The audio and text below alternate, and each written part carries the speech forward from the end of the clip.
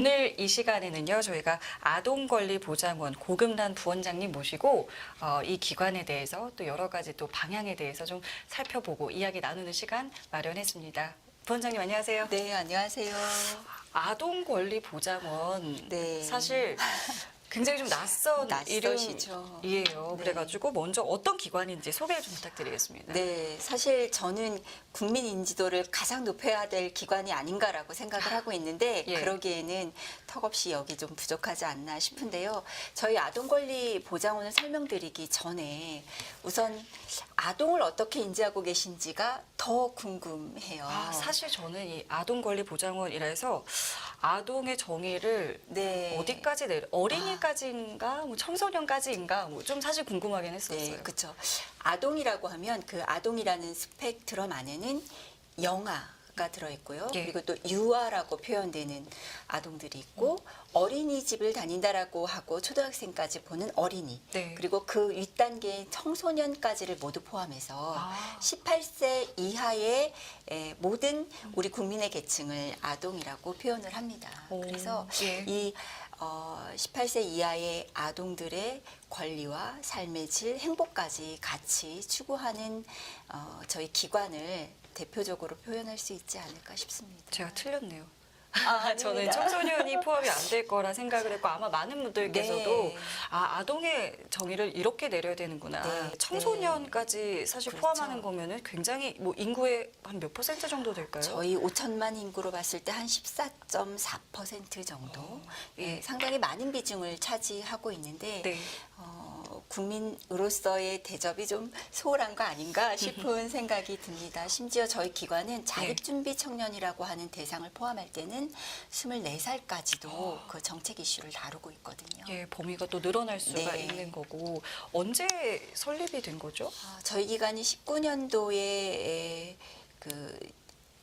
처음 기관으로 인증을 받고요. 20년도부터는 사업을 본격적으로 시작한 것 같습니다. 네, 그러니까 지금 이제 차근차근 이제 하나씩 네, 신생 공공기관이죠. 로서 네. 이제 하고 있는데 오늘 근데 참 다뤄야 될 주제들은 네. 무거운 주제들이 많이 있어요. 일단은 이제 가장 먼저 좀 여쭤보고 싶은 게 유령 아동. 네. 그렇죠. 저희가 참 많이 다뤘습니다. 이게 그러니까 출생한 흔적은 있으나 네. 출생 기록이 없는 제가 정의를 그렇죠. 잘 내리고 있는 게 맞습니다. 맞나요? 네, 맞습니다. 출생한 흔적이라고 표현하는 게 병원에서 낳을 때 그 임시번호라는 게 부여되거든요. 그렇죠. 예. 그럼에도 불구하고 출생 통보가 되진 않았던 아동들을 표현을 하고 있어요. 근데 네. 이 수가 제법 많아요. 전수조사를 해보니까. 그리고 네. 그나마 임시번호를 가지고 있는 것도 2015년부터 2019년 요 때까지만 전수조사가 그 전에는 가능했고요. 없나요? 그 전에는 임시번호가 없어서 새로운 시스템으로 전수조사를 또 하고 있습니다. 저는 사실은 이 시스템이 이렇게 분리되어 있다는 것도 네. 이때 처음 알게 처음 됐는데 시작을 했죠. 15년도에. 심지어 15년 이전에는 그 네, 기록조차 없다. 네. 그럼 지금 아동권리보장원에서는 뭐 이 이후에 이 이슈가 불거진 이후에 뭐 어떤 역할을 좀 하셨는지 궁금합니다. 제가 이 대목에서는 참 우리 사회적으로 빚진 자들이 많다라고 생각이 되는 게요. 취약계층의 모든 대상들의 정책은 누군가의 목숨값으로 시작되는 게 아닌가라는 굉장히 아픈 아이러니하게도. 생각이 듭니다. 특히 뭐 노동계층에서도 그랬고요. 여성계층에서도 그랬고 취약계층에서도 그랬지만 아동 같은 경우도 이 유령아동이라고 분류되는 아동들이 사망사건을 겪으면서 예. 좀 제도화됐는데요. 출생통보제라는 법안이 만들어졌고 이것과 짝을 이루는 것이 보호출산제가 있는데요. 이 두 가지 법안이 한꺼번에 발의가 되고 제정이 됐습니다. 각각을 좀 설명해 주실 수 있으실까요? 출생통보제는 아까 말씀드린 대로 의료기관에서 아이를 낳게 되면 네. 의무적으로 의료기관에서 우리 공공기관에 통보를 할 수 있는 시스템을 만드는 것이에요. 근데 그러니까 지금은 병원에서 낳고 부모가 가서 그렇죠. 신고를 해야 되잖아요. 네. 아. 그런데 이제 부모가 가서 신고를 못하게 될 때는 뭐 벌금도 있고 다양한 제도들이 있지만 네. 그 제도를 비껴가는 사람들이 있었기 때문에 유령 아동이라고 표현하는 아동들이 생겼던 거거든요. 이제는 부모가 하지 않고 않으면 의료기관에서 하지 않으면 의료기관에서 네, 하도록 되어 있죠. 예, 그게 출생 통보제. 통보제. 그런데 여기에 이제 단서 조항이 잘 들어보면 병원에서 아동을 출산하면 그럼 집이나 그렇죠. 출산을 병원에서 하지 못하는 예. 경우들도 생기게 되는데요. 그렇죠, 그렇죠. 대부분이 익명을 간절히 필요로 하지만 네. 생명은 좀 지키고 싶은 네. 위기에 처한 임산부들이 선택을 하게 될 것 같아서요. 이분들을 보호하는 취지로 보호 출산제라는 것이 같이 법안 발의가 되었고 통과가 되었습니다. 그래서 이게 짝을 이룬다라고 그래서 내년도에 말씀하셨군요. 시작이 됩니다. 어떤 모습들을 좀 기대해 볼 수 있을까요? 사실 임시번호를 부여받고 출생 통보가 된다는 건 통보의 의미라기보다 향후 이 아이들이 자라면서 받을 권리들, 의무들을 네. 동시에 부여받는 거거든요. 그렇죠. 그런데 출생 통보제의 사각지대에 놓이게 되면 권리도 가질 수 없는 상태가 되고 심지어 유기가 되거나 부모로부터 사망에 이르거나 네. 이런 사건들이 좀 많이 발생할 것 같아서요. 그걸 좀 보완하고자 하는 법안이라고 보면 되고 네. 걱정하는 분들도 많으세요. 아동 유기를 더 조장하는 것이 아니냐.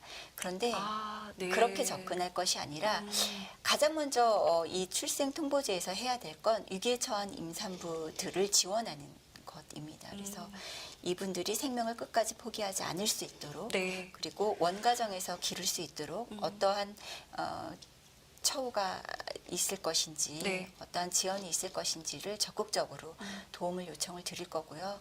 그리고 그 도움이 현실화되도록 저희 보좌원에서도 좀 도와야 하지 않을까 싶습니다. 뭐 사각지대가 이제 최소화될 수 있도록. 네. 근데 참 다행이라고 생각이 드는 게 이게 어떤 사회 문제가 네. 불거지고 후속 조치로 법안 마련이 굉장히 지연되는 경우가 많은데 네. 이번 경우는 굉장히 좀 신속하게 네, 신속하죠. 됐다라는 측면에서 아동권리보장원의 역할을 네. 볼 수 있었던 것 같아요. 네, 감사합니다. 저희가 그런 일을 하기 위해서 만들어진 기관이니까 이 사실 아동이라고는 하지만 아동은 미래를 살아가는 그럼요. 현재의 아주 훌륭한 재원이지 않습니까? 그쵸. 그래서 네. 그 부분에 좀 더 신경을 쓰려고 하고 있습니다. 그리고 이것도 여쭤볼게요. 네. 이제 입양 아동에 대해서도 좀 형태가 바뀐다라고 네. 하는데 이 입양이라는 게 이제 국내 입양도 있을 것이고 네. 국외 입양도 있을 그렇죠. 것이고요. 네. 뭐 어떤 부분에서 좀 바뀌는 게 있을까요? 이 법안도 좀 짝을 이루는 법안이에요. 네. 국내의 법도 특별법으로 제정이 됐고요. 네. 국제법도 전면 개정이 됐는데요. 네. 이 두 법은 나라에서 보호받아야 할 아동들을 공적인 책임을 지겠다라는 가장 확실한 법안이 아닐까 싶습니다.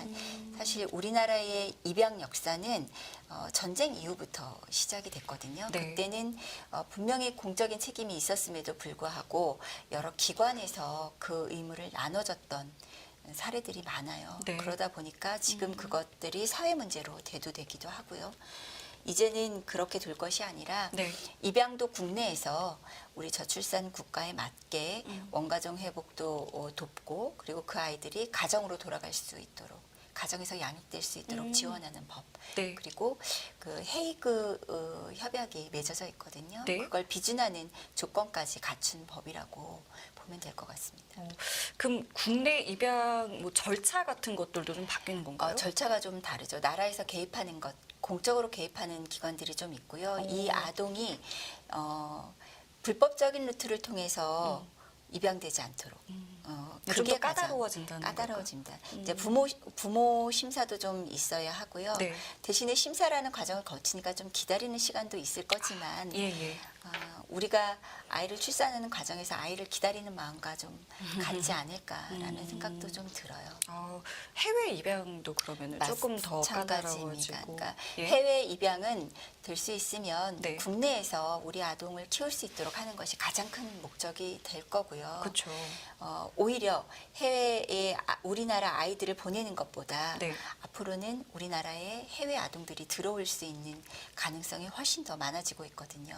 그렇군요. 네, 이제 더 이상 우리가 그 G7 국가에 진입해 있는 나라이기 때문에 아이가 해외로 가는 건 네. 지양해야 하지 않을까 싶습니다. 그렇다면 이제 우리나라에 들어와서 살 아동들에 대해서 어떤 처우나 어떤 제도를 마련할 것인지 이것도 함께 고민하는 법안이 되겠습니다. 그 부분은 전 생각을 못했는데 실제로 수치적으로 좀 증가하고 있나요? 증가하고 있습니다. 아주 단편적인 예로 그 노동 이주를 통해서 왔다가 여기에서 결혼을 하기도 하고요. 그럴 수 있겠군요. 네, 예. 그리고 전혼 자녀들도 있을 수 있는 상황이고요.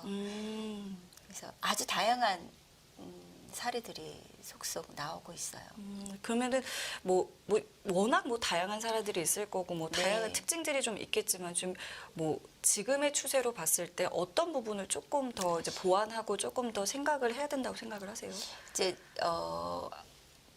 아이들이 우리나라로 들어온다는 건 네. 역으로 생각하면 아이를 보내는 나라 입장에서는 내 나라 아이가 상대국에 가서 좀 더 안전하고 인격적인 대우를 받으면서 그 나라의 국민으로 자리 잡기를 가장 원할 것 같아요. 그래서 그 부분을 좀 책임져 주고 완벽하게 대한민국 국민으로 자리 잡을 수 있도록 제도를 마련해야겠죠. 이건 정말 앞으로 계속해서 저희가 네. 좀 관심 있게 지켜봐야 되는 어떤 사회 네, 그렇습니다. 변화 모습? 네, 변화되는 모습이죠. 그럴 수 있겠네요. 그럼 지금 부원장님께서 이제 입양의 어떤 여러 형태나 모습들도 네. 필요성도 말씀을 해주셨는데, 그럼 아동권리보장원에서는 이 입양과 관련해서 또 어떤 부분들을 좀 구체적으로 하고 있는지도 궁금한데요. 저희가 25년도부터는 사무국을 저희 아동권리보장원에 두게 되어 있어요. 어떤 그러면 사무국이요? 입양에 관련된 그렇군요. 입양 헤이그 협약에 관련되어 있는 모든 그 사무를 볼 수 있는 국가기관으로 저희 아동권리보장원이 업무를 수행할 것이거든요. 예. 그래서 공식적인 그 서류가 오고 가는 것, 그다음에 조정위원회를 저희가 또 운영을 해야 하고요. 그리고 지금은 한참 눈에 드러나지 않지만 하위 법령 마련하는데 그렇죠. 어려움을 좀 겪고 있습니다. 그래서 하위 법령도 마련을 해야 하고 복지부하고 긴밀한 소통을 통해서 인력 배정도 좀 받아야 하고요. 네. 이런 것들 그리고 흩어져 있는 입양 기록물들이 좀 많습니다. 과거부터 있었던 그럴 수 있겠네요. 이런 입양 기록물이 개인의 신상이 가장 많이 담겨 있는 것이기 때문에 기록 보존을 해야 하는 의무가 있는데요. 이 기록을 또 보존하기 위해서는 저희 기록관 설립도 좀 필요합니다. 그래서 기록관 설립도 또 진행을 해야 되고 법적으로는 네. 25년도에 모든 기록물을 이관받아서 아동권리보장원에서 다 가지고 있어야 되는데요. 현실적으로는 그게 좀 어렵습니다. 그래서 전수조사를 시작을 하고요. 이 기록물 전수조사를 통해서 좀 더 정확한 정보를 이미 입양이 된 아동, 그 당시 아동이었지만 이제 성인이죠. 네. 입양인들에게 정보를 제공하는 역할까지 해야 하는 상황입니다. 많은 일을 하셔야 되는. 저희 기관을 모르는 것에 비해서는 해야 할 일들이 좀 크고 무겁고 많습니다. 그런데 중요하고요. 과거와 현재와 네. 미래를 아울러서 지금 네, 모든 네. 걸 총괄하는 네. 커다란 또 임무를. 네. 저희가 지방자치에서 하고 있는 네. 아동 정책들을 5개년 계획도 지금 수립을 하고 있고요. 또 지방자치 평가도 해야 하는 상황이에요. 수립과 평가까지 다 하고 네. 계시는군요. 네. 앞으로 이제 25년에는 또 이제 사무국까지 만든다 네. 하시니 더 바쁜 네, 맞습니다. 일정들을 소화하셔야 될 거고, 사실 그 아동이라고 이제 저희가 굉장히 폭넓게 정의를 말했지만 갓 태어난 영유아도 네. 어떤 이제 권리라는 게 있고, 그렇죠? 보장받아야 될 것들이 네. 이제 이것을 이제 유엔에서는 아동 관련 협약을 이제 제정을 해서 맞습니다. 진행을 하고 있고, 네. 우리나라도 비준을 준비하고 있다. 네, 아직 비준은 안 사실 되어 저는 있는 이 포인트에서 상태인데 좀 놀란 게 아직 그러면 비준이 안 돼 있었던 것인가? 이제 법안 마련이 안 되어 있기 때문에 비준을 네. 할 수 없었거든요. 그런데 이제 23년도에 그 국제 입양법이 네. 제정이 되면서 네. 비준을 할 수 있는 조건을 갖췄습니다. 근데 이제 바람인데요. 저희 네. 아동권리보장원에서는 네. 비준할 때 네. 저희 대통령님께서 아. 비준을 같이 해주시면 더 많은 이제 공적인 홍보도 체계, 되고요. 그렇죠. 공적인 체계에 완벽하게 우리 아동들이 들어가 있구나라는 강한 메시지가 되지 않을까 이런 기대도 좀 있습니다. 그렇죠. 그리고 아까 말씀하신 것처럼 이제 많은 분들이 또 폭넓게 공감을 하고 네. 함께 해야 하는 네. 이제 정책 가운데 하나이기 때문에 바람이 네, 이루어지기를. 아주 큽니다. 이 비준은 그러면 뭐 언제를 이제 기점으로 생각을 하고 있는 거예요? 25년도까지는 비준을 목표로 하고 있습니다. 25년. 예. 굉장히 많은 일들을 이제 25년까지 또. 네, 24년, 25년이 네. 아동 그 정책에 가장 큰 변화를 맞이할 수 있는 시기가 되지 않을까라는 생각을 하고요. 방금 앵커님께서 이제 그 아동의 권리가 있지 않느냐라고 예. 했는데 아동의 권리라고 해서 특별하게 뭔가를 만들어내는 건 아닙니다. 사실 국민들이 누리는 모든 권리를 아동들도 공평하게 누리기를 기대하는 건데요. 네. 그런데 왜 아동의 권리를 계속 얘기하냐면 모두는 본인이 참여해서 본인의 권리를 주장할 수가 있어요. 그렇죠. 그런데 아동은 그 참여권 자체가 행사하기가 사실 어렵죠. 어렵습니다. 예. 그러다 보니 아동의 권리라는 특별한 명제를 붙인 것뿐이어서 네. 뭐 생존권, 발달권, 참여권 그렇죠. 예, 이런 것들을 다 기본 권리로 볼 수 있는 거죠. 누구나 누려야 네. 하는데 무슨 말인지 너무 잘 알겠고요. 혹시 그 외에도 지금 혹시 저희와 이야기 나눈 거 외에도 또 네. 좀 추진하고 계신 것들이 있는지도 궁금합니다. 추진하고 있는 거라기보다는요. 이 지금 아동의 권리에 대해서는 네. 저출산과 가장 큰 맥을 같이 하고 있지 않을까라는 네. 생각을 하고 있어요. 그런데 이 저출산을 극복하는 것이 네. 사실은 쉬웠다면 기하급수적인 기하급수적인 이 예산을 투여하고도 초저출산 국가라는 이름을 달지는 않았을 것 같습니다. 네. 그런데 우리 산하 제한 시대 때 저는 사실 태어났거든요. 그렇죠. 그게 네. 불과 몇십 년 전인데 네. 세상이 이렇게 바뀌었어요. 네. 그런데 그때 이제 우리의 인구수를 조정하는 데 있어서 국가에서 추진하는 정책이 국민의 공감대를 얻었기 때문에 가능했던 거라고 생각을 그럴 수 해요. 있어요. 예. 그러면 저출산도 마찬가지이다. 국민의 공감대를 얼마나 얻어 가느냐. 근데 이제 공감대는 충분히 형성이 된 것 같고요. 제가 지방에서 의회 활동을 좀 하면서 네. 또 이 공공기관으로 옮기고 가장 크게 깨달은 것이 뭐냐면 복지는 전달 체계의 명확성이었습니다. 좀 더 네. 선명한 네, 방향성을. 선명하게. 그리고 그 예산이 얼마나 효율적으로 집행되느냐에 따라서 놀라운 효과를 얻을 수 있기 때문에 이 아동과 출산에 관련된 것을 네. 아동청이라는 걸 설립을 해서 강력한 행정 집행 기구를 만들어 준다면 복지 체계와 예산 효율을 좀 더 잘 효율성 있게 끌어가지 않을까라는 생각을 하고 저는 이제 그런 바람을 가지고 기본법 이런 것들을 좀 들여다보고 있습니다.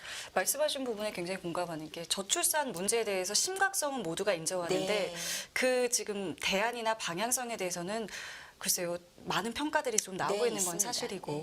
그럼 부원장님께서는 아까 말씀하셨지만 이제 오랜 시간 또 시정 활동하시면서의 그 경험을 네. 지금 이제 이 아동 권리 보장원에 녹이면 네. 참 좋겠다라는 생각을 하게 되는데 네, 네. 개인적으로는 또 어떤 이제 바람 꿈 있으신지도 궁금합니다.